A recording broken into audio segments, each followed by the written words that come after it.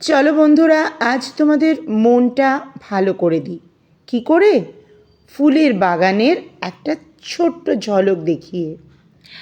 আজ আমরা একটা বিশেষ কাজে বিশেষ জায়গায় যাচ্ছিলাম। পথে এই নার্সারিটা পড়ল।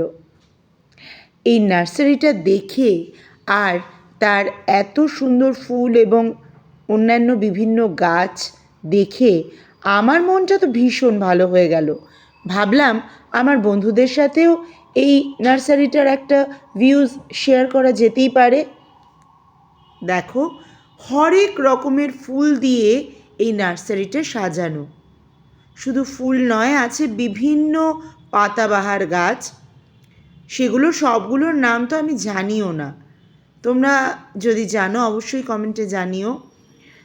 কত রং বেরঙের ফুল এবং বাহারি ফুলের গাছ দেখো। শুধু তাই নয়, ফুলের সঙ্গে রয়েছে নানান ফলের গাছও। কি সুন্দর সাজিয়ে ওরা একটা দারুণ লুকস দিয়েছে। প্রচুর লোকজন অবাক হয়ে দেখছিল ওদের এই নার্সারির সৌন্দর্য। অনেকে আবার এখান থেকে গাছ কিনছিল। আমি যেহেতু একটা বিশেষ কাজে চলেছি, তাই আমার আর গাছ কেনা হয়নি, তবে দু চোখ ভরে এই নার্সারির সৌন্দর্য উপভোগ করেছি। একটা শীতের বিকেলে এরকম সুন্দর গাছ দেখে, ফুল দেখে আর মালির পরিচর্যা দেখে ভীষণ ভীষণ ভালো লাগলো। তোমাদের এই নার্সারিটা কেমন লাগলো জানিও অবশ্যই।